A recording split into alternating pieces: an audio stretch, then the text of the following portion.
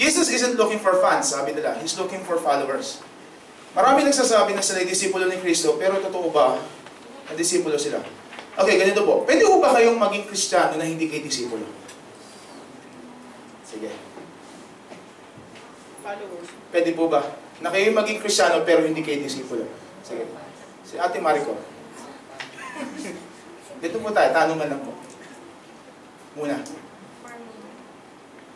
Yes. Yes. Okay. Sige. Pasa ba? Kuya Lori, ikaw Kuya Lori. Pwede ba tayo maging Kristiyano pero hindi disipulo? No. No. Bakit po? Bakit? Yun. Dapat kailangan disciple tayo. We cannot just be Christian by name. Okay, so no. Hindi pwedeng Kristiyano ka pero hindi ka disipulo. Si Ate Maricor, ikaw. Umaaring baka nalilito rin naman kayo sa tanong. Okay, ang tanong ko basically, pwede ka ba matawag na Kristiyano talaga pero hindi ka disipulo? Yun ang tanong. Sige, baguhin natin para mas malinaw. Ate Maricor, sabi mo, or you can change your answer if you want. Sabi mo ka na, no. Yes. Yes ba? Yes ba? Ano po kasi dito, pwede kang as a Christian, pero hindi mo pina-perform yung as Christian ka. Like, mag-evangelize or maging disciple as a leader or parang member ka lang, attendee ka lang. Attendee. So, pwede kang maging Kristiyano, attendee ka lang pero hindi ka disciple. Okay, sige. Konting lang. Konting tanungan lang muna.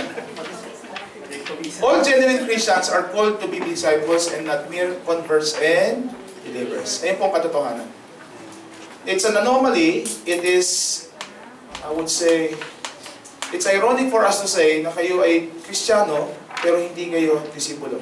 Ang tawag sa mga sinasabi mo, Ate Maricor, sila yung mga undiscipled disciples. Yun yung term sa academy, sa Bible school term, no? Pag sabing undiscipled disciples, tinuring nila sarili nilang disipulo, pero hindi sila na-disipulo, kaya sila nagkaganon. At the same time, meron din non-discipleship Christianity. Yung attendee ka lang. Sa ibang termino, ito yung tipo na umattend ka church, you're identified as a Christian, nominally, by name, pero you don't practice real Christianity. At yung easy believism, I don't know if you've heard of that. Alam niyo pag may crusade, papatanggapin kayo, natanggapin niyo si Kristo. Yung sinabi ko kahapon din, sa preaching, maraming hindi nagpapatuloy sa church. Ang tanong ko, sila ba talaga ay Kristiyano? Kasi sa mga crusades, lalo na 1920s papunta sa 1980s, sikat ang crusade eh. Alam niyo yun? Nagpapatanggap kay Lord. Ang tanong ito, nasan sila? Kung 120,000 yung nireport ng isang denomination na tumanggap kay Kristo, bakit 8,000 lang ang nasa church? Kasi meron kasi paniniwala na kapag nagsabi ka ng sinner's prayer, Kristiyano ka na. So ito yung mga i-demolish natin muna. Pansamantala, at i-reinforce ko yung mensahe ng discipleship as we go along. Pray po muna tayo. Salamat Panginoon sa iyong biyaya. Dalangin namin na mas maunawaan namin ang pagsunod, ang tunay na pagsunod Panginoon bilang mga Kristiyano. At sa aming pag-uusap, ikaw ang maluwalhati, Panginoon, at mas maibaon sa aming puso't damdamin yung mensahe mo, ang tunay na pagiging disipulo. Salamat sa iyong patuloy na pagsama sa amin. We thank you, Father. This we pray in Jesus' name. Amen. Does your talk match your walk? Yan ang ating banner message mo. Okay, concepts muna. Ito na. May tatlong termino tayong i-define. Discipleship, discipleship, and disciple making.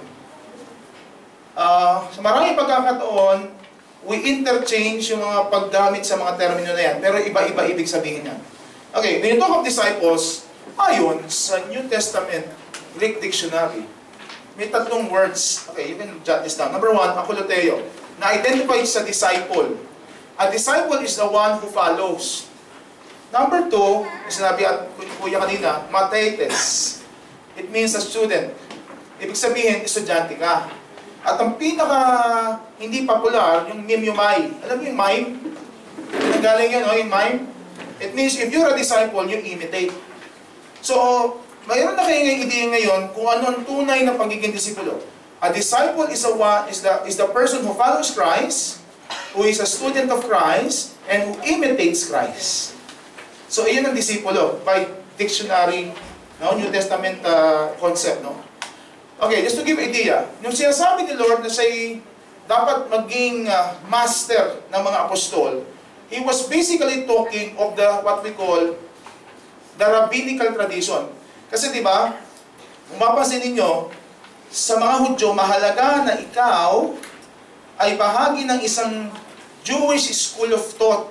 Rabbi. Rabbi means teacher. At yung sinasabi niyang concept ng discipleship, dito nang gagaling yon. Dapat maging estudyante ka ng isang rabbi. Kaya may instance sa Bible, tinanong ng mga Pariseo si Jesus, sa anong kapangyarihan mo sinasabi yan? Kasi ang kanilang gusto sabihin doon, sinong teacher mo? Kasi kung bahagi ka ng isang school of thought, may karapatan ka magsabi niyan. Si Paul, ang nagturo sa kanya, si Gamaliel. Sa paanan ni Gamaliel. Si Jesus, sino nagturo kay Jesus? May nagturo ba? Si Father God daw. Hindi. Siya mismo kasi ang ultimate teacher. Kaya nga siya masabi. Di ba sabi niya, katulad ng sinabi ng Panginoon kay Moses, no? Kung papakilala mo ko sa mga Israelita kung sino ako, ang kanta daw, I am who I am. Pag sabing I am who I am, I'm transcendent, hindi ako pwede kumpara sa iba. Kunyari, ikaw ate, pag pinakilala mo sarili mo, I am beautiful. Di ba? Ganun, no? In comparison to what? Di mo masasabing beautiful ka unless meron ka standard. Si Jesus, di mo siya pwedeng kumpara. Kasi bahagi siya ng Godhead, unique sila, holiness, minsan holy, separated. Hindi mo pwedeng kumpara si Jesus at kung sino man member ng Godhead sa kung sino pa man. Okay, ganito yan. Paano ba nagtatrain ng mga rabbi? Just to give you an idea, number one, a student starts as a talmid, ayun ang pangalan niya, you're a talmid. Okay? Beginner ka. Pangalawa, ito na matindi. Lahat ng sasabihin ng teacher mo, i-memorize mo. Kaya okay sa kanila yung kung paano manalita ang teacher mo, ganun ka rin. Kaya mabilis na identify. Number 3, you learn the ways of your teacher, paano manalangin, anong habits niya. Number 4, yan na. Ang yung sinabi ni Lord. A student should be like his teacher. Kung paano manalita, kung paano kumilos, you imitate your teacher's character. At ito pa, you raise your own disciple. Kapag ikay talagang disipulo, in a rabbinical tradition, kailangan magdisipulo ka ng susunod sa'yo. Okay? At ito pa, Jesus was a rabbi who was never discipled formally. Kasi bakit? Hindi naman niya kailangan ng discipleship eh. Matthew 21:23. Ayun ang sinasabi natin na tinanong si Jesus, to what or to whom authority are you saying all of these things? So, ba't ko kailangan po paalam sa inyo yan? Para may context kayo kung ano yung sinasabi ni Lord when it comes to discipleship. Okay? That's why, ang ating model sino? Si Jesus. Isa sa pinaka-favorite verse ko sa discipleship is this. Yung 1 John chapter 2 verse 6. Basahin natin. 1, 2, 3. Whoever claims to live in Him must walk as Jesus did. Nakikita niyo po ba, nararamdaman niyo yung extent ng verse na yan? Kung sino man nasasabing Kristiyano siya, dapat lumakad katulad ni Kristo. Paano nyo malalaman kung paano nabuhay si Kristo? You need to look at the Word of God. Kaya hindi ito na po pwedeng mahiwalay sa Word of God when you talk of discipleship. At ang sabi pa dyan, Matthew 11:29, learn from me.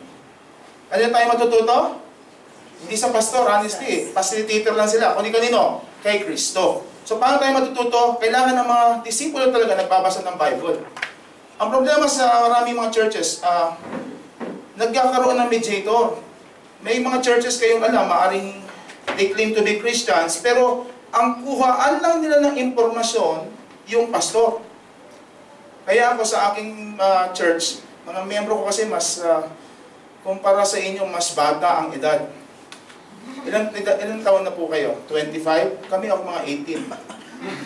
25, kuya, 25 ka, di ba? Kasi ako, 30 lang po ako. 30 years old. Tumigil na akong umangat ang edad ko, mga 7 years ago. Sabi ko, Lord, I declare, wala na akong itataas na ito. Umayag naman si Lord. Close kami, close. Okay, biro lang po yan. Kasi sabi ko, Yung aking mga miyembro ko kasi, ang lagi ko sinasabi sa kanila, simple lang. Hindi kayo matututo sa akin. Tuturuan ko lang kayo, pero kailangan marunong din kayo magbuklat ng Bible. Kaya, mamaya papaliwanag ko sa inyo, may lesson kami about reading the Bible. Isang requirement doon, dapat bumili ka ng sarili mong Bible. Kung mahirap ka, go provide ng church. No? Kasi, sino mo sa inyo po may dalang physical Bible ngayon? Wow, Teki.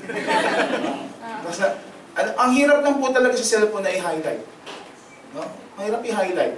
Istabilo, pag ginanong mahirap po. Basta ang punto ko po, you have to learn from Jesus directly. Paano? Basahin ang Gospels. Kasi doon nasulat ang marami sa kanyang ginawa. At ito pa, yun po ang disciple, ha? Ano naman yung discipleship? Ito po yung discipleship. Ito yung proseso of personally following Christ and entrusting what Christ is teaching you to others and training them to transfer it to still others. Pag sinabing discipleship process, yung disciple na ang tao. Para malinaw lang po, ha? So pag sinabing discipleship, ito yung proseso, paano ka nagiging katulad ni Kristo. So the overarching purpose of discipleship is to what? To restore the image of God within us. Diba? Nung Genesis chapter 3, nagkasalang ating mga magpunang magulang, Adan at Eva. Imago Day, nasira ayon, the image of God. So ano nangyari? Ang buong kwento ng Biblia ay kwento ng pagre-restore ng Diyos ng imahe niya sa atin. Kaya we have discipleship. Okay?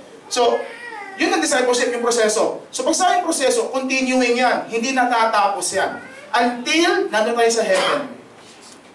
Kaya pag sinabing discipleship, malinaw dapat sa atin, proseso. Okay? Yung disciple making, ito na yung strategy. How to create disciples. Pag sinabing strategy, dito napapasok yung mga instruments on how to disciple. Ibig sabihin, ito na yung ano ituturo mo, paano mo ituturo, at kung ano-ano. Malinaw po? Disciple tao, discipleship, ang proseso ng pagiging katulad mo ni Kristo. Eventually, pag nasa heaven na tayo, dun siguro magtatapos yun. At yung disciple making, ito na yung ginagawa ng mga sistema. The disciple making strategy. At ito ako po sasabi sa inyo, iba-iba po yan, iba-ibang paraan, pero isa lang ang gustong mangyari. Kaya minsan, nakatawa lang ako, may mga claim, kunyari may disciples making strategy sila.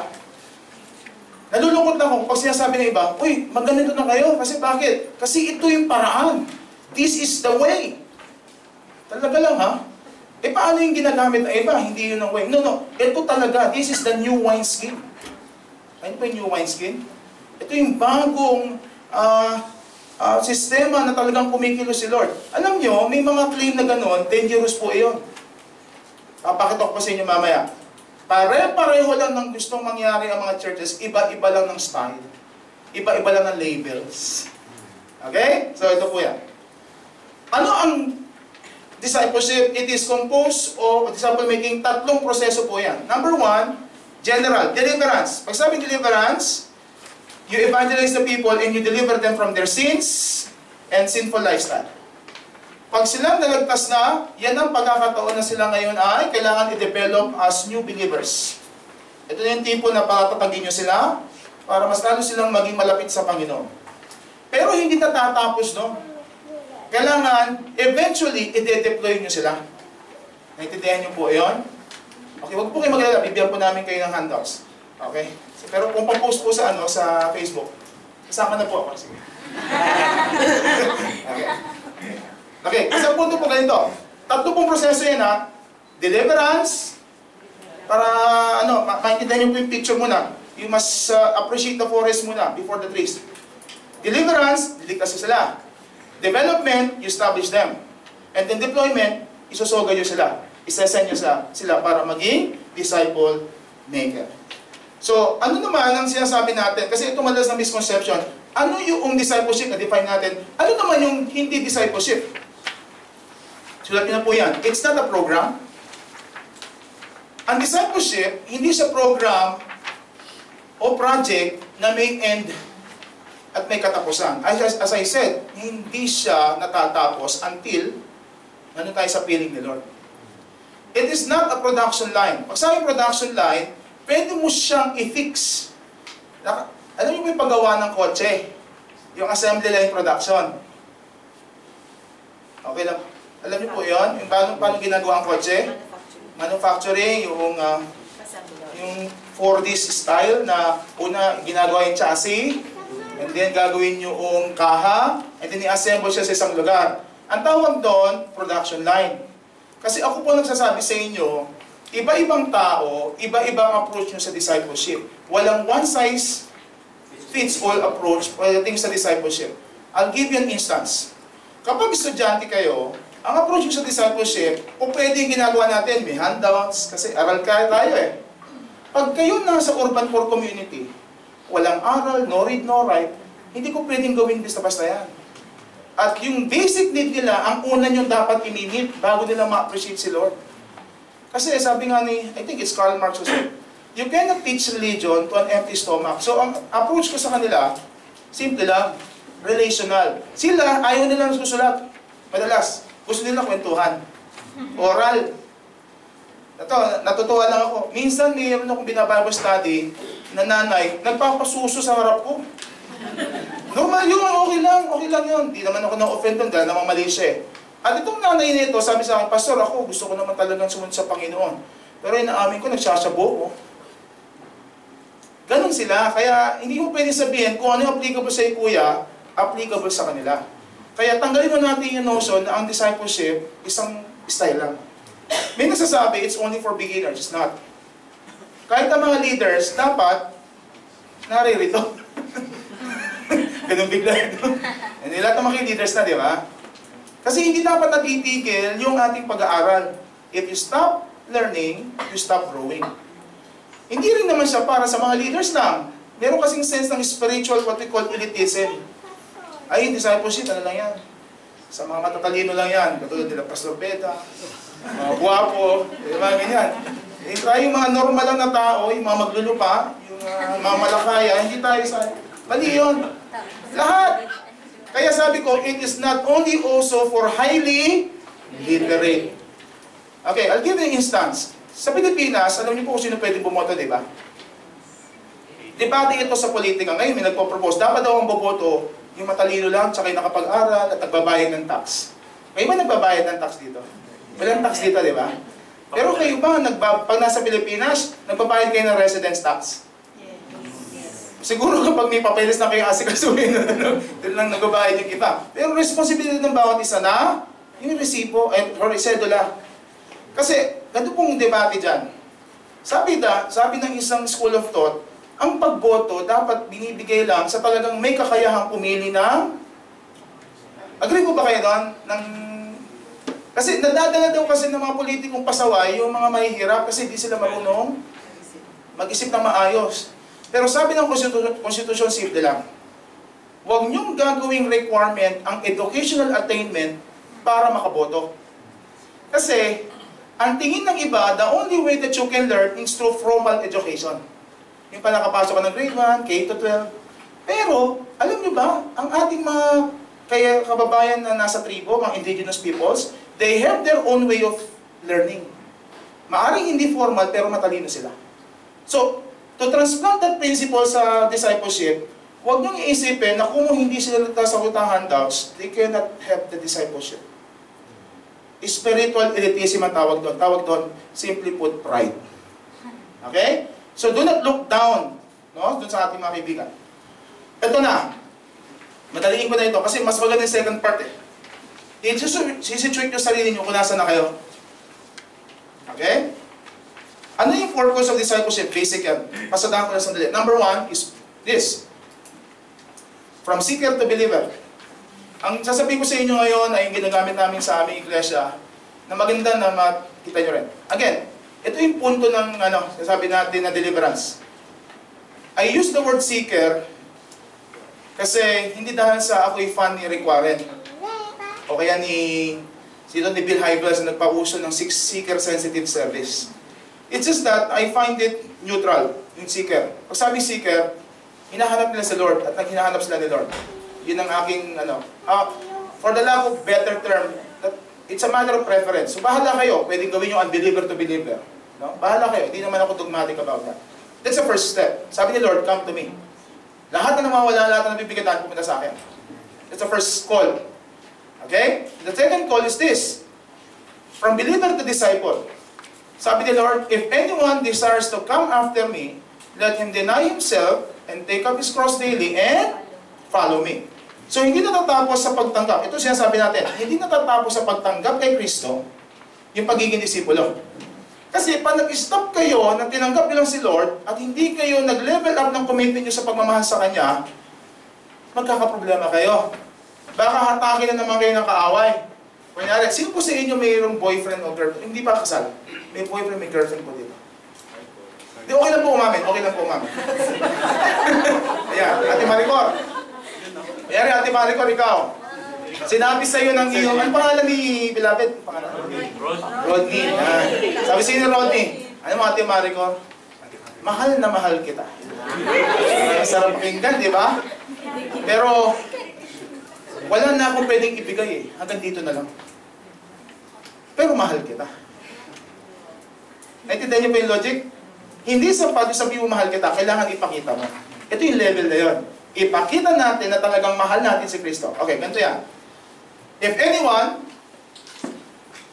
kailangan sumunod kay Lord. Decision yun eh. Pero sabi ng aking kaibigan, si Padre Dietrich Bonhoeffer, kailan niya siya? Google niyo na lang. Isa siya sa nagtangkang pumatay kay Hitler. Pastor yan. Pero, bakit gusto nilang patayin si Hitler? Kasi dami pinapatay ni Hitler nun eh. Pero naging martyr siya kasi hindi natupad yung kanilang plano. Pinatay siya. Nauna, botch operation. Pero sabi niya, when Christ calls a man, He bids him come and die. Diyan nagsimula kay Dietrich Bonhoeffer ang ideya na kapag disciple ka, dapat handa ka mamatay. Physically and spiritually. Siya nagpauso noon, 1920s. Kaya dumating sa punto, may wave ng discipleship approach na yan ang talagang binabanat. Okay, ganito yan. If anyone desires, tandaan niyo po to, ang pagsunod kay Kristo, decision. Hindi kayo pipilitin. Kaya alam niyo, kapag pupunta kayo sa church, bagaman indicative na kung talagang nagsiseryoso kayo, ay pupunta kayo sa church. Pero ang tunay na may encounter kay Lord, in-evangelize niyo, hindi niyo kailangan kalad ka rin sa church. Kaya minsan, kapag pina-follow up nyo, sa beses nyo pina-follow up, ayaw pumunta sa church, baka naman siguro talagang hindi pa tumatanggap kayo, Lord. Mag-focus naman kayo dun sa ano. Naubos ang oras nyo, kapag-follow up, no? Pinakain mo na, nilibot nyo na ang mga malls dito. Sige na, punta ka na sa church. Baka kalahin mo, ilang gastos mo na, naka 3,000 reals ka na, no? Wala pa rin nangyayari. Baka siguro naman na inaabuso ka na. So, decision po discipleship, ha? The next, deny himself. Pag sinabing deny himself, ito yung tipo na you reject your self-will, ambition, and self-desire. Sabi ni Paul, Galatians chapter 2, we are crucified with Christ dapat. Ay, crucified, yung analogy, hindi ka na pwedeng mabuhay sa sarili mo. Yung iba kasi, mga kaibigan ko minsan, nagkaroon kami ng campus ministry, way back. Hindi yung tanongin ko kailan. Sabi niya, Ronald, nakasara ko doon sa klase ko. Pwede bang tulungan mo ko? Parang may plano yata ito. Pakitanggal muna yung pako ko sa isang kamay. Bububugin ko lang. Papatanggal na kasi nakapako nga tayo, di ba? Hindi po tayo dapat ganon. At ito pa, take up your cross. Alam niyo sa Bible, when you took up the cross, it symbolizes death, shame, and burden. Walang pinapako sa cross para maging glamorous. Let's welcome. Diba? Ito lang ganon. Shame, kahihiyan. Kaya si Jesus, alam niyo ba, pinako siya sa public place, in Golgotha. Many people, sa Catholic Church, may teaching sila, kasi may kaibigan ako, ay nag-estudyante ako Catholic. Tinuturo pala sa kanila, sa kanilang seminary, na si Jesus, nung pinako siya, may nagsabi, at maraming accounts, na siya talaga'y nakahubad. Kasi normal na ipako during the Roman Empire, kapag ikaw'y pinako sa krus, nakahubad siya. Pero dahil siyempre, scandalous naman, yung krus mo nakahubad. Kaya nilagyan nila ng I don't know kung meron ba may background dito sa seminary? Maraming nagsasabi na kapag pinako sa krus, hindi lang basta ka papahirapan, hihiyain ka. And of course, burden. Anong kalimitan natin nagiging burden? Yan. Kapag kayo Kristiyano, tandaan niyo mga kapatid, isa sa maging burden niyo yung family conflicts. Sino sa inyo yung naranasan ninyo yung hindi kayo pinapayagang pumunta ng church? Yan, kuya. Nalampasan mo na, Pastor. Hanggang ngayon pa rin. Hindi, okay na. Okay na. Good. Sino sa inyo yung lumalabas sa bintana? Kasi sinasarado yung pintuan. Kaya naranasan, ako may akong ganun. At minsan kapag aatin siya ng church namin, hindi siya magsasabi, Nay, alis po ako, punta ako ng church. Sabi niya, may project po kami. Hindi kasi talagang matindi ang persecution. At sabi natin, sa maraming sitwasyon, minsan ang mga mahal niyo sa buhay ang gagamitin ng kaaway para ma-discourage kayo. Sabi ni Lord, I have come, minsan, not to bring peace, but a sword. Kasi hindi nila maintindihan yung passion niyo eh. And ito pangalawa, personal sacrifices. Hindi minsan naiiwasan na kapag kayo committed sa Panginoon, may trade-off yan. Ako, nung ako'y nasa academe pa, hindi ko maiwasan na iwan ng ministry. Anong trade-off nun? Yung time ko para mag-aral, nawawala. Pero faithful si Lord. Dumating ako sa punto na hindi ako nakapag-aral. Naranasan yan? Nung sumusunod lang kay Lord, may exam. Wala kayong aral, pero pumasa kayo. Hindi sinandaya kayo, no? Kundi dahil yung karunungan ni Lord napunta sa inyo. Ang dami ko ng pagkakataon nangyari yan. Faithful si Lord. At ito pa. Yan. Alam niyo po yung konsepto ng water baptism? Ano po ibig sabihin? That is a public declaration that you now follow Christ. Hindi ka po pwedeng magpa-water baptize for a show. Sa ibang bansa, pag nagpa-water baptize ka, sabi mo, iniiwan ko yung aking lumang buhay. Sa ibang bansa, kapag nagpa-water baptize ka, you're under persecution. I think there's this movie sa Islam country, no? Yung Behind the Sun yata yung topic niya. Naging Kristiyano siya sa US, bumalik siya sa bansa niya, hindi niya sinabi kung saan bansa, no? Pero nung malaman ng parents niya na naging Kristiyano siya, pinilit siyang ipapatay. It happens. Kaya, tayo mga Pinoy, wala eh. Napaka-comfortable ng ang buhay natin. So, take up your cross. Pamilya, maaari yung inyong mga resources, at yung inyong reputasyon. Ito pa, follow me daily. It is a daily decision. We must obey God every day. Disciples are measured by the things they obey. Kung ano ang inyong sinusunod, kung ano ang inyong minamahal, yun ang inyong Diyos. Okay? Ano pa? And they do not look back. Pag sinabing they do not look back, hindi ka tumitingin sa dati mong buhay at binabalikan mo siya. Okay na po bang magkwento? Okay, kasi ako po'y artist dati. Alam niyo po yan, artist ako eh.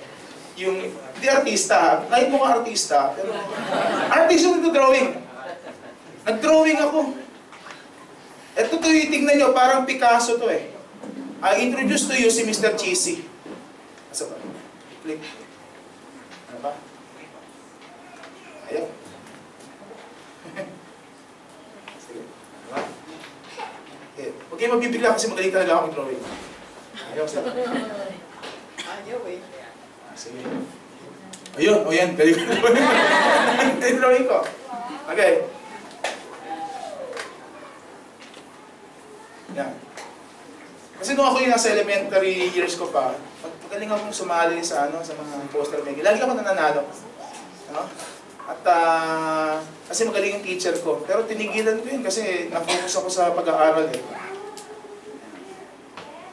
Ayan, good. Ito na si Mr. Cheesy. Yan, di ba galing ang drawing? Ay, ito. Yan lang, sobra-sobra.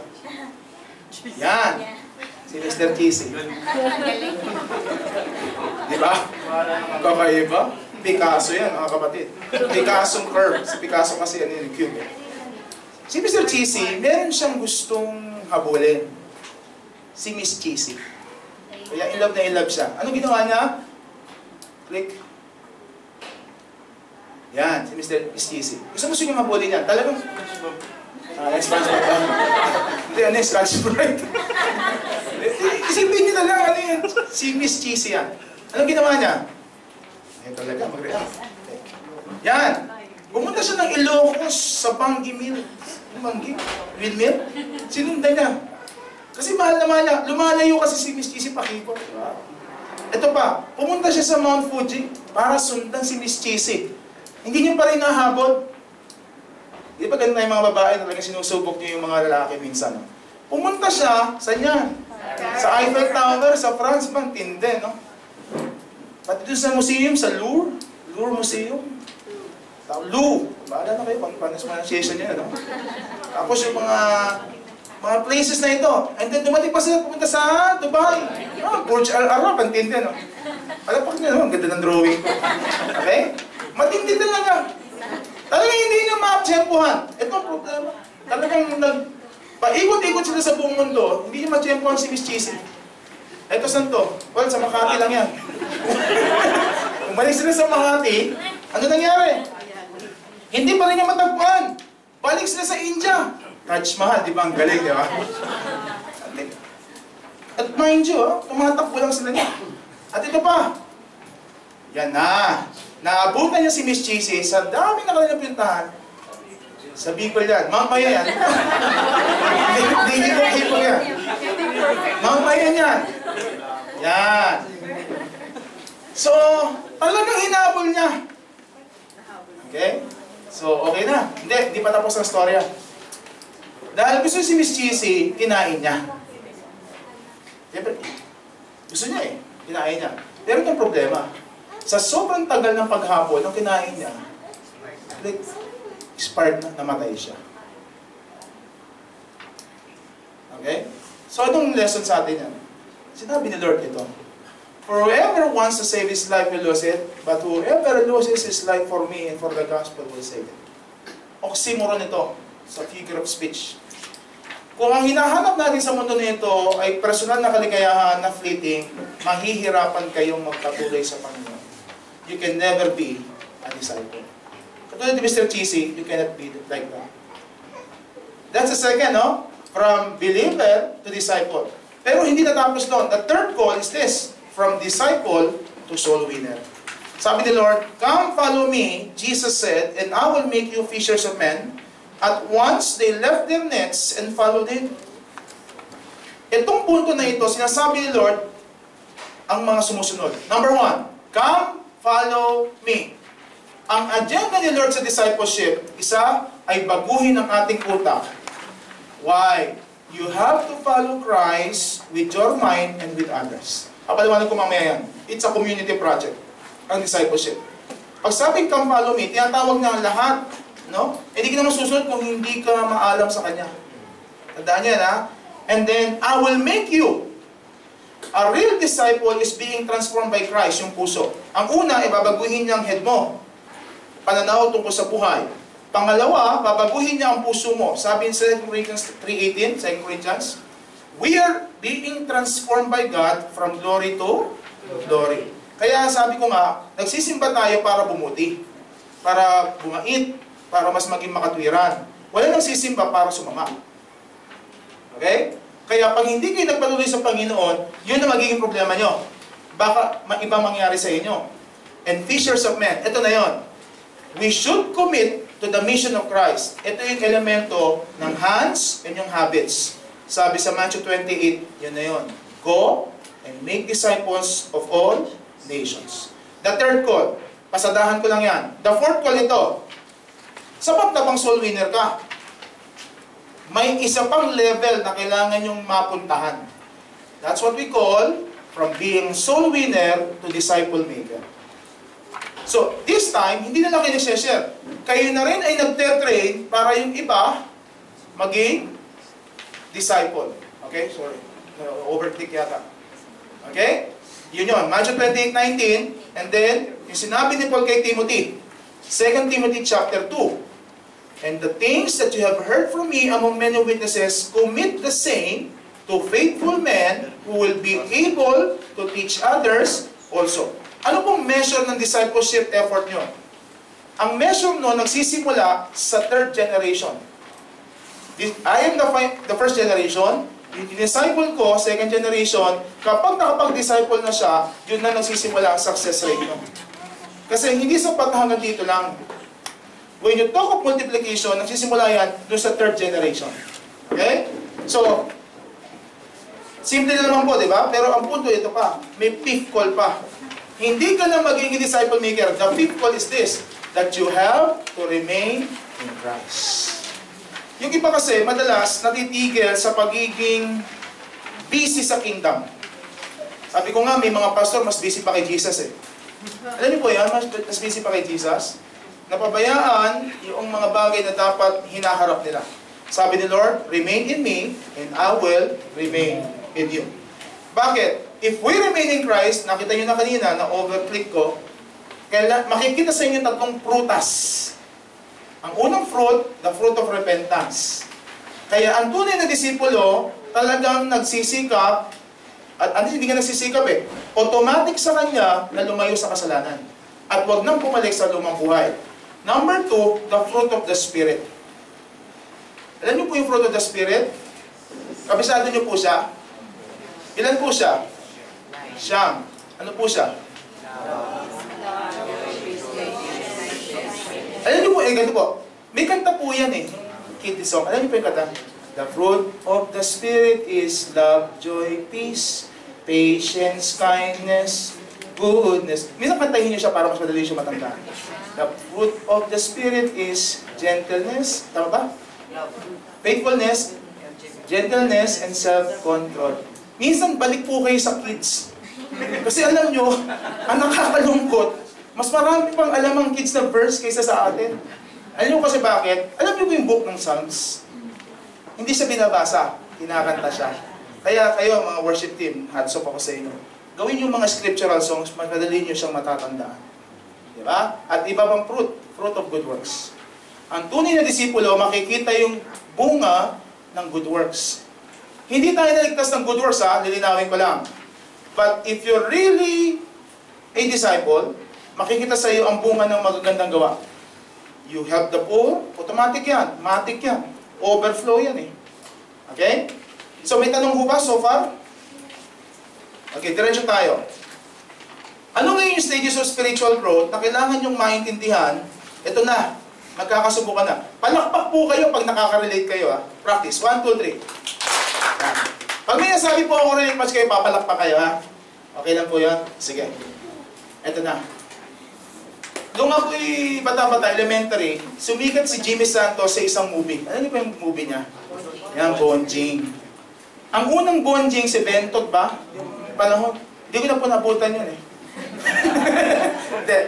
Nababasa ko na lang. Okay, si Bentot. Yan yung po si Bentot? Ay, hindi na. Magkakasigidad po tayo. Yan, di ko makakalimutan yan. Tinan mo si Jimmy Santos dyan, no? Hindi na natanggal sa kanya yung ganyang imahe. Hindi pa bonjing-bonjing siya. Okay? Maraming Kristiyano po ganyan. Ang tagal ng Kristiyano in years. Pero ang utak, ang puso, ang habits, bonjing. Malungkot po ako sa ganung mga senaryo. Huwag po tayong ganyan. Kaya ano pong gusto ko na sabihin? Why do we have to grow in spiritual maturity? We should never remain as children. Hence, we should get rid of our childish ways. Magkaiba po yung childlike sa childish. Okay, don't get that wrong, ha? Ang childlike, yung talagang innocent. Yung childish, obnoxious. Pasal obnoxious, pasaway. Yung ang tanda-tanda mo na, masyado kang matampuhin. Yung mga ganon. O mamaya, may papalakpak pa?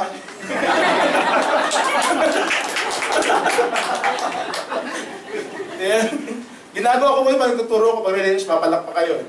Ito pa, yan na. We should not be caught in perpetual spiritual babyhood. Pag sabing perpetual, hindi matapos-tapos. Sabi ng writer ng Hebrews, yung mga basic teachings, huwag nyo nang kalimutan, pero huwag na naman mag-dwell kayo forever dyan. Yung mga higher teachings, mag-ano ka naman kayo? Pero ba sa inyo, yung mga matatanda, cereal pa rin, tapos gatas ang ninan nyo, breakfast, lunch, dinner. Ako po may pag-lactose intolerant ako eh. Mahirap po sa akin yun. Sino po si lactose intolerant po pag kumahalo ng gatas, nilalabas agad? Ang hirap po na, no? So, ayun po siya sabi, huwag laging spiritually baby.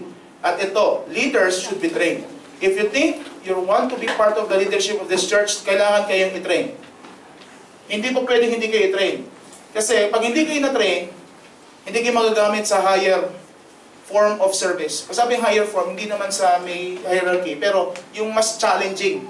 Okay? So, ang tanong ito, bakit natin kailangan pag-usapan ito? Ano ba yung spiritual maturity? Sige.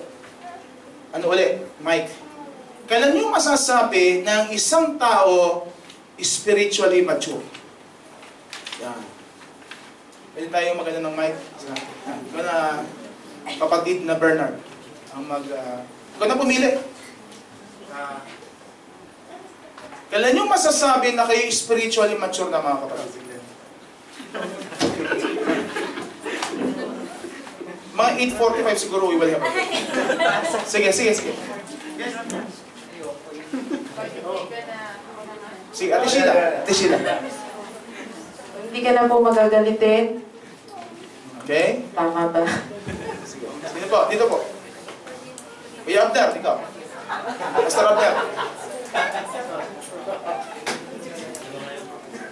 Alam mo masasabi, Kuya Abner, na kayo spiritually mature na? First of all, kung meron ka ng sinasabi na fruit of the Holy Spirit, marunong ka ng magpapubaba sa sarili mo. Unang-una yun. At yun, kung hindi ka na, maraming yung mga bunga ng Holy Spirit, kung nandiyan din sa iyo, marunong ka na magmahal. Magmahal. Yan sabi niya magmahal. Dito, sa side ko na ito. Si Kuya Roy. As for being spiritually mature is when the way you act when there's a problem, you should react the way Christ reacted na kung mayroong mga pagsubok o the way na inatake siya. Okay, so makikita doon. Let's read this. Ephesians chapter 4, 30-16. Basahin natin. This is important. Until we all reach unity in the faith and in the knowledge of the Son of God and become mature, attaining to the whole measure of the fullness of Christ. Then we will no longer be infants, tossed back and forth by the waves, and blown here and there by every wind of teaching, and by the cunning and craftiness of men in their deceitful scheming. Instead, as we know the truth of God, we will all things grow up into Him who is the head, that is Christ. From Him, the whole body, joined and held together by every support given Him, grows and builds itself up in love. Okay. Alam nyo, very rich yung ano na yan, yung passage na yan, yung section ng Ephesians na yan, when you talk of maturity. The first thing, you must understand, when you talk of Christian maturity, it is what? A community project. Until we all, sabi ni Paul, until we all, ang purpose ng gospel ay lahat tayo sa body of Christ mag-mature. At sabi dyan, we're creating a whole body, joined and held together. Ano kung gusto sabihin dyan? Hindi po pwede na lumago kayo outside the local church. O nga sabihin ng local church, community nila, spiritual community. Parang small group, kasi iba-iba kasi, baka kasi pag ginamit ng church, parang Christianist, no? Kahit ano na lang, kahit hindi na ganun karami, basta meron kayong kasama sa paglago, you edify each other. May isa akong nakausap sa campus na pinagturuan ko last time. Humihingi siya ng Bible sa akin, security card. Pastor, baka may Bible kayo dyan? Talaga, interesado ka ha? Sabi ko, saan ka naman nag-church? Ay, hindi, Pastor. Ako na lang, sa bahay namin, mag-Bible study ako. Hindi kasi nga, anong nangyari sa kanya? Natisod siya sa church. Ayoko na kasi Pastor ko, last time, ang gugulo nila eh. Wala pa palakpak? Hindi, biro lang yun ha. Hindi kasi magulo kayo. Kasi magugulo utak ng marami doon sa church. Natitisod siya. Pero sabi ko sa kanya, alam mo, hindi ka lalago pag walang tumutulong sa iyong unawain ng Bible. Mahirap yun. And next would be, it is all about becoming like Christ. Attaining to the whole measure of the fullness of Christ. So you think like Christ, you behave like Christ, you act like Christ. Paano nyo malalaman yan? Magbasa ng Bible. Next, maturity is being firm in faith. Then we will no longer be infants, tossed back and forth by the waves. Kaya ang daming nabibiktima ng mga kulto. Kaya bahagi ng discipleship, yung mag-establish kayo sa basic doctrines of faith. Yung iba naniniwala. Kayo po may naniniwala may puwet ang Diyos? May puwet ang Diyos? Puwet? Ba't? Masama ko bang sabi ng puwet? Sino ba naniniwala may puwet ang Diyos? Nasa kamay. Bakit, sis? Okay. Tsaka ito daw po din argumento. Di ba trono? Ito po. Alam mo? Naniniwala ho ba kayo na ang palaya nasa Biblia? Ang palaya. May bitter. Di alam nyo kasi, may isang grupo, hindi ko nababanggitin dito, masyado silang maalam sa salita ng Diyos, na kahit yung mga hindi sinabi ng Diyos, sinasabi nila. At na-attract yung iba, ang talino naman ito. Verse lang, for God so loved the world, pinaliwanag na isang oras, pastor. Napabilib. Hermeneutical, exegetical, understanding of everything that they learn. Pero ito, pag kayo establish in faith, alam nyo kung ano yung totoo, alam nyo nag-present sa inyo ng mali. Pag ang pera, di ba yung pera? Alam nyo yung feel ng tamang pera, yung genuine, di ba? Kapag masyadong makinis, kahit ano, alam nyo, yan. Be firm. At ito, yung sinabi, tama yun. Is speaking the truth in love, we will all things grow up into Him who is the head, that is Christ. Ang tunay na mature, mapagmahal. Tandaan nyo po yan, mga kapatid. Okay? Sige. May tanong po ba? I would punta na sa last section. Ito po matindi. Maraming papalakpak po dito. Kasi i-identify yung sarili ninyo. Kailan nyo masasabi nagmamature kayo, titingnan natin ang basic na characteristics ng bawat level. Kasi makakatulong po ito sa inyo para ma-assess din ninyo, kunyari kung kayo Bible study leader, kung nasaan na yung level ng inyong tao. At sa pag-oorganisa at pag-aayos ng curriculum ng discipleship program po ng church, you can use this as a heuristic device. Mamaya, pag si heuristic, may visual ako papakita ng mga diagrams. Okay? Ito na. The first stage, the spiritually dead. You know that? Sabi ng Bible, they are unbelieving and rebellious. Okay? Ayun po yung first stage. Siguro naman, wala naman sigurong rebellious dito, tsaka spiritually dead. Lahat naman tayo nakatanggap sa Panginoon. Ayun yung sinabi ni Paul, na dead in their transgression, followed the ways of the world, disobedient, gratifying the cravings of their sinful nature, and, ang sabi doon, nasa kanila ang galit ng Diyos. The objects of wrath. So in this case, ang kailangan nila, ano po? Evangelism. They need to be evangelized. So alam niyo na po yan. Anong next stage na? Ito na. Papasok kayo pag kayo nakakilala sa Panginoon. The next stage ng spiritual growth, ito na yung framework niya. Paano niyo malalaman kung sino na yung mga Kristiyano na lumalago? Sabi sa 1 John 2:12-14, merong mga children, may mga fathers, at may mga young men. Okay. Sa children po, hinati ko po ito. Infant, in faith, and then children, young men, and then fathers. Yan po yung delineation niya. You can just read that. We don't have much time kasi para basahin na sila. Okay, ito po yan. Ba't nag-click siya ng ano? Okay. Mga spiritual babe, ito po sila. Sila po yung mga bagong tanggap sa pananampalataya. Sila po yung tipo na talagang kailangan ng tulong kasi hindi sila magsusurvive kapag po sila pinabayaan. Ang karakter nila, you already saw this, ignorant sila. Wala silang alam tungkol sa spiritual truths. Kasi bago pa lang sila tumanggap kay Lord eh. And they're, pwede pakiclick pa na. Okay. Ano na yan? Number 2, confused. Minsan sila yung tipo na hindi nila alam kung ano yung talagang dapat gawin ng Kristiyano sa hindi dapat ginagawa ng Kristiyano. Kaya importante sa kanila, ginagabayan sila. Okay? At ito pa, dependent. Sila yung tipo na hindi sila po pwedeng pabayaan. Kailangan may tumututok sa kanila. So, kung titignan natin yung pananampalataya ng isang tao, siguro this would be between, yung pagtanggap nila, siguro up to 1 year. Hindi po fix yun nagsasabi lang ako ng arbitrary, parang duration. Pero may mga tao, lumalampas pa ng 2 years, spiritual babe pa rin. Alam niyo yun? Kasi bakit? Hindi na-sustain yung kanilang feeding. Kaya ang mga tao, minsan sinasabi nila, may term, yung mga pastor, nagkakaroon ng spiritual abortion daw. Alam niyo, may spiritual abortion din. Yung pinatanggap mo kay Lord, tapos pinabayaan mo. Na-abort yung paglago nila. At ito pa, yan, isa sa quality nila. Anong quality nila? Yan to. Sabi ni Paul sa mga taga-Corinthians, brothers, I could not address you as spiritual but worldly, mere infants in Christ.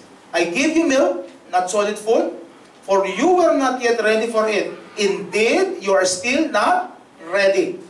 You are still worldly. For since there is jealousy and quarreling among you, are you not worldly? Are you not acting like mere men? Kapag ang isang so-called katatanggap sa Panginoon ay parang matungayaw. Ano yung matungayaw? Mapalaaway. Tanda po iyon ng spiritual infanthood. Kasi bakit? Hindi niya inuunawa yung iba. Gusto niya, siya lang ang may gusto. Lahat ng resources pakabig. Mga bata, kapag hindi nila nakuha gusto nila, anong ginagawa nila? Iiyak.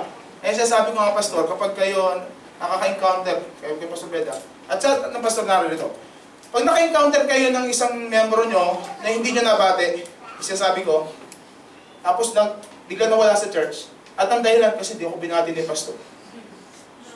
Dinaan-daanan niya lang ako. Eh, nandun ka sa likod nito yung poste, hindi ka makikita talaga. Tanda yan na talagang babe pa siya. Kaya sa atin, kapag babe pa ang isang tao, ingat-ingat tayo kahit sa pananalita. Tsaka dapat may nag-aalaga talaga. Okay? At ito, aangat din naman yan eventually. Sila tinatawag na magiging spiritual children. So, this time, hindi pa rin natatanggal sa kanila yung pagiging independent, pero may nadagdag. Number 1, they are self-centered. Tignan nyo na lang yung mga anak ninyo na bata. Hindi dahil sa selfish sila, pero dahil hindi pa nila naunawaan na hindi na sila mabubuhay para sa sarili nila. Magsabing self-centered, pakabig lagi. At ito, self-absorbed. Dumarating sa punto ng kanilang buhay, kung ano yung concern nila, hindi nila napapansin na yung iba. For example, ganito po yan. Kapag sila pumasok sa ministry, ang gusto nila tumugtog lang. Wala silang pakialam kung hindi na maganda yung pagtugtog nila minsan. No? Kasi ang gusto nila, hindi ito. Pinag-aralan ko ito sa bangay, ito yun. Alam niyo yan? Masyado silang self-absorbed, hindi sila pwede maging team member. Okay? At ito pa, idealistic. Normal sa mga bata yan sa pananampalataya. Mapapansin nyo ganito, ba't ganun si pastor? Sabi niya, ang Kristiyano, dapat tapat. Bakit ganito siya? Nakikita niyo po yung sitwasyon? Nagdaan po kayo doon? Yung dumating kayo sa punto ng buhay niyo, na hindi mo ma-reconcile yung sinasabi ng pastor tsaka sa ginagawa niya. Kaya ano nangyari? Natitisod. Di ba sabi ng Lord, maging mapagmahal tayo? Ba't ito? Sa kaso na ito, parang sinipa niya agad. Mga ganon. Natitisod. Napaka-idealistic ng nasa stage na ito. Kaya anong solusyon? Ingat tayo sa ating patotoo. At ito pa, prideful. Pag sabing prideful, dumadating siya sa punto, hindi niya gusto na bababa siya sa level kung saan hindi na siya komportable. For instance, mayroong solusyon na sinasabi ang church leadership na dapat gawin niya, pero hindi niya ginagawa. Bakit? Kasi simple lang. Pag ginawa niya yun, hindi na siya matutuwa. Bakit? Eh, kunyari, ipapadala ko sa isang lugar na ayaw mong puntahan. Pride yun. Kasi gusto ko, ako lang masunod. At ito pa, dumarating nila sa punto, mababatingin nila sa sarili nila, simple lang. Kasi nga, hindi pa nila kilala kung sino sila kay Kristo. Yung sinabi ko last time, yung kapag may sinasapian ng demonyo dyan, alam niyo ba na may kapangyarihan tayo bilang mga believers na magpalayas ng demonyo? Mali nga minsan yung mga memes sa Facebook, no, na sinasabi nila nakikipag bunong braso si Satan kay ano? Nakita niyo po yung meme na yan, yung picture? Nakita bunong braso si Satan kay Jesus? Hindi kapantay ni Satan si Jesus. Kasi si Satan, created being. Mali yung ano. Kaya ang punto ko po ganito, kapag hindi nyo pa alam kung sino kayo kay Kristo, your identity, pwede dumating sa punto, kapag dumating ang pagsubok, hindi nyo alam paano mag-respond. Ito pa, anong kailangan nila? Establish. Yung una, evangelize, di ba? Pag babe pa kayo, establish sila, inculcate basic Christian teachings. Papaliwanag ko po mamaya. Meron po akong ilang mga example mamaya. Okay, babe, then naging bata, eto na. The next stage, ang tawag sa kanila mga spiritual young men. Sino to mga to? Well, there's an instance in the Bible that Paul instructed Timothy, flee the evil desires of youth, and pursue righteousness, faith, love, and peace, along with those who call on the Lord out of what? A pure heart. So, mamadali ko na lang po. Sila po ito. Number 1. Ito, kung nandito po kayo, palakpak po kayo Number 1, sila yung mga action-oriented. On the go ito. Sige, pastor, padala mo ako, okay lang ako. Yan. Sige, pastor, wala kayong sentro sa basketball, ako na. Sige na. Wala ba magluluto? Pwede ako magluto. Yung tuyo, nagiging basa. Mga action-oriented yung mga yan. Number 2, service-oriented. Hindi mo kailangan sabihin ng mga yan na magserbisyo. Sila mismo nagkukusa. Okay. Ito pa, God-centered. Kasi naintindihan na nila, hindi ako sentro ng universe. Hindi lang ako dapat pinaglilingkuran. Ako rin dapat naglilingkod. Ito pa, other-centered. Hindi lang concern ko rin dapat ang iba. Di ba nag-mature na? Dati, napaka-selfish. Ngayon, matindi na. Ito pa, mission-minded. Ito yung tipo na kahit saan mo sila papuntahin, susunod sila. Kaya kung meron pong mission outreaches and activities sa church, ang maganda pong papuntahin mga bata. Kasi sila yung marami ding time. Kayo po mga katrabaho, gusto nyo po mag-mission? Padala po kayo sa Kabul, Afghanistan, mga ganun. Kaya nyo po. Sa Tikrit, Iran o Iraq. Kasi yung mga bata, gusto nila, ito yung mga tipo, bagong karanasan nito. Ako kaya ako natutuwa sa mga staff ko, kasi siguro kahit anong sabihin ko, pwede nilang sundin eh. Tanong ka nga doon sa building, pwede nilang gawin nyo kung talagang sa'yo, loyal sa'yo. Ang mga bata po, huwag nyo lang aabusuhin ng kanilang loyalty. Kasi yung iba, yun ang problema natin. Sa sobrang loyal ng mga bata sa leader, naaabuso, tawag doon spiritual abuse. Pero sila, handang-handa yan, on the go yan. Ito pa, independent. Hindi nyo na sila kailangan na sabihan, mag-Bible study ka ha, ito dapat ang ginagawa mo, pray. Hindi mo sila kailangan kalad ka rin, wala sa bahay nila, o attend ka ng Bible study. Sila mismo magkukusa na. At itong kailangan nila, para mas lalo sila lumago, equip. Una, evangelize. Number 2, establish in faith. Kasi this time, itetrain mo na sila para mag-handle ng tao. Hindi lang sa kanilang sarili i-handle nila, kundi iba rin, maalagaan nila. Okay? So, anong kasunod nito? Ito yung pinakamataas na level, na sa level ng mga kapastoran, dapat nakikita talaga ito. Pag sinabi ko level ng kapastoran, kasi ang pagpapastor, hindi mo naman iniiwan yung ibang requirements. It's just that, na mas mataas ang qualities sa kapastoran. Bakit? Sila tinatawag na spiritual fathers. O maaaring kung babae, mothers. Even though you have 10,000 guardians in Christ, you do not have many fathers. For in Christ Jesus, I became your father through the gospel. Kaya ang discipleship by nature is spiritual parenting. Pakisulat niyo po yan. Discipleship is all about spiritual parenting. Meron ho bang nag-disciple sa inyo? Ba't kayo narito ngayon? O nag-alaga sa inyo? Sino po meron tumutok sa inyo? Ati Teacher Paus, may nag-alaga? Nasa Manila o nandito? Sa Manila. Okay. Anong feeling na may nag-alaga sa iyo? Parang nanay mo nga siya na spiritual, magka-guide talaga siya sa'yo, tapos tututukan ka parang every week, kumusta Sinabi pa niya na sasagutin mo dapat si Kuya Dave? Sasabihin. Ay, hindi mo masagot. Hindi mo masagot. Meron siyang, sinabi mo sa kanya yung nag-niligawan kayo niya, Kuya Dave. Actually, nung nagliligawan kami, wala na siya sa church na. Okay. So, naalagaan niya ako from high school until Okay. college. Malaking epekto sa iyo. Yes. Sino ba na may nag-alaga sa inyo? Pastor Joey ba? Ibaw. Hindi. I decree, Pastor. Correct. Ano po, pastor po siya. Kasi po, kanina po, nung tinanong niyo po about yung struggle, sa kanila po ako halos pumupunta and humingi ng advice. So, yung aking mga spiritual fathers, sila po yung talagang nag-build up sa akin. Kasi nasa struggle po ako family at that time. Talagang persecution is too much. Kaya nakakatulog na rin sa labas. So, yun, sila po yung aking hanggang 4 years. Tapos hanggang tinuruan na rin po ako sa leadership at that time. Good. Pero kung hindi ka naalagaan, palagay mo, nandyan ka ngayon sa position mo. Well, no. Definitely. Kung wala nag-alaga, definitely. Walang pumoto. Kaya ang payo ko po sa inyo, sa church, look for a mentor, a spiritual parent na pwede kayong alagaan. Not because na hindi nyo naman kayang lumago on your own, pero mahalaga na may tumututok sa inyo for accountability purposes. Sabi ko kanina, maturity is a community project. Kahit po kung kayo'y nasa edad na hindi na ganun kabata, ganun na lang ang aking term, kailangan nyo pa rin ng mga kasama na kasigidad ninyo na tututok sa inyo. Importante po iyon. Okay, ito sila. Sunod ko na lang.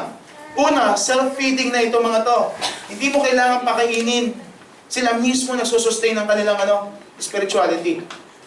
Mga spiritually independent, intentional. Pag sabing intentional, sila yung tipo na may plano base sa kanilang calling mula sa Panginoon. And they do it intentionally at may pagnanasa na tuparin yon. Hindi haphazard o kung kailan lang gusto mangyari.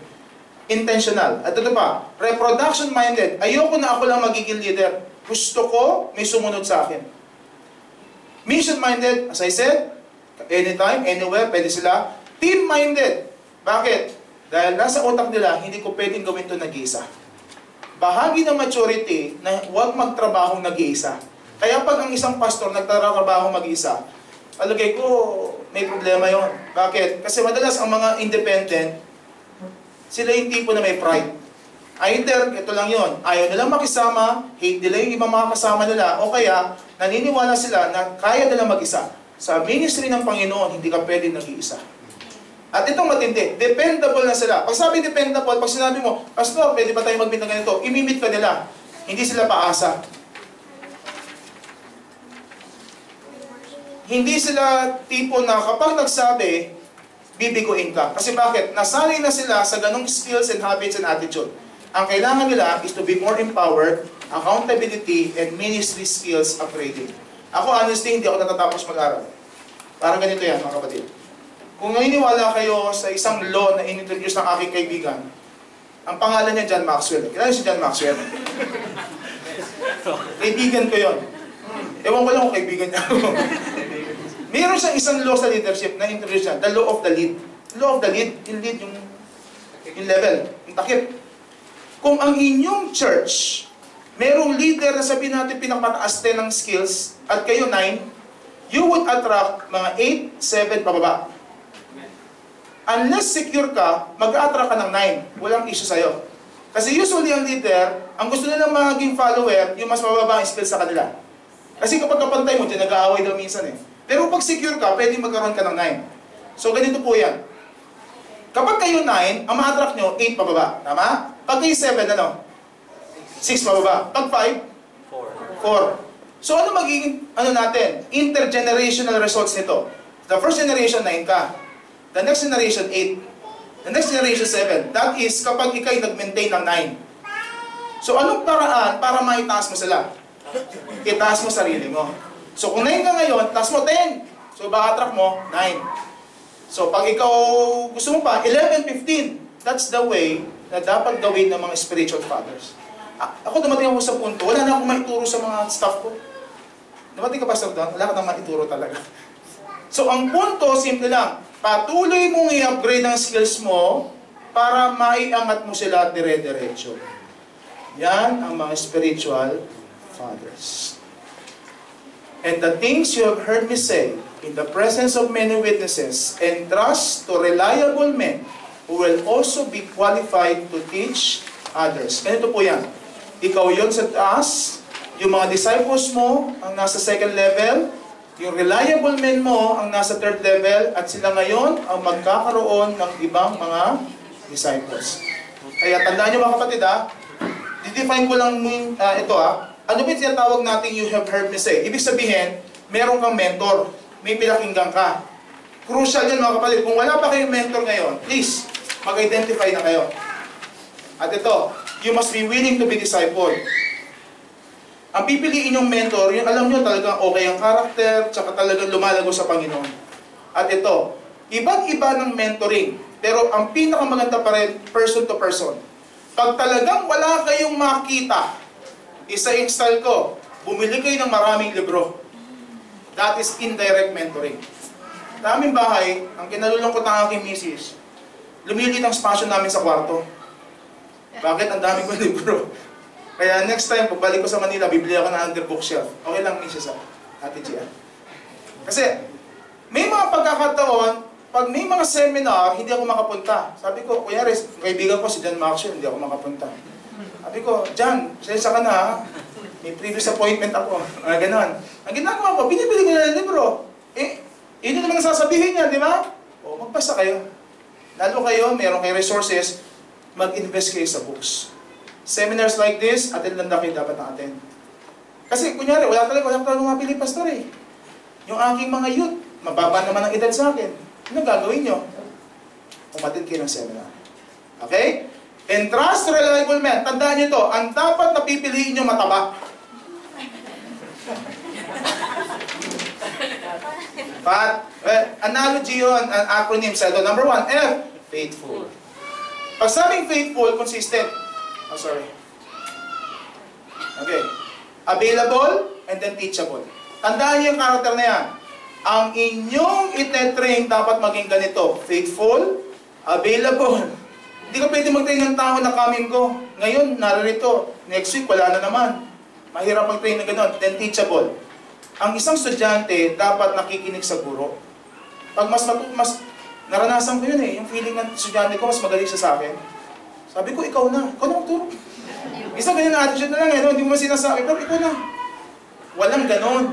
Dapat. Kasi, usapin ng puso yun Igalang mo yung teacher mo. Pero tayong mga teacher dapat, ina-upgrade natin para hindi tayo napapahiya sa ating mga tinuturuan. Yun yun. At ito, teaching cycle should never stop. That's why, the discipleship materials na ginagamit natin should be reproducible. Pag sabing reproducible, pwede ko ituro sa'yo, pwede mo rin ituro sa iba. Mahirap, na kapag ako nagturo, kaya ko i-transfer sa'yo. Pero pag iba na nagturo, hindi niya na kaya. Parang pagsasayaw lang yan. Kunyari, ang boobs ko, ganun-ganun lang. Kaya nyo lang yan. Gaya nyo ako. Madali, di ba? Nagkukumang-ganun na ako. Pang level na yon, hindi nyo na kaya. Make it simple, pero not simple na dinadowngrade nyo yung mensahe ng Diyos. It's only proper na kaya nyo lang ituro sa iba. Kasi pag hindi naging reproducible yan, mawawalan kayo ng leader Yung spiritual elite lang sa church ang pwede magturo, hindi po pwede yun. Develop your leaders. At ito, ang style. I will end with this. Kaya sinabi ko kanina, na iba-iba lang ng style, pero pare-pareho lang ng gustong gawin. Kunyari, si Putman, sa kanyang church sa US, yun ang kanyang style. Share the gospel sa mga spiritually dead, sa spiritual infant, you share your life, fellowship, sa spiritual child, i-connect mo sa Panginoon and sa small group, sa spiritual young adult, minister, equip na ministry, equip for ministry, spiritual parent, disciple, explain the process of discipling. Iba-iba lang ng term Ito ginagamit namin sa church. May 101 kami, may 201, may 301, may 401. Don't worry, bibigyan namin kayo ng kopya nito. Ang ginagawa ko kasi intentional alam niyo yun, di ba, yung baseball, sa nagsisimula sa pinakababa. Then tatakbo sa first base para maging believer, tatakbo sa second base para maging disciple and minister, tatakbo, then maging soul winner, and papunta sa disciple maker. Hindi babalik maging unbeliever Okay? Disciple maker. Tutulungan mo na yung iba na maging disciple maker. B-steps yan. Okay, yung curriculum development and discipleship, matagal yan. It depends sa inyong church kung anong nais ninyo.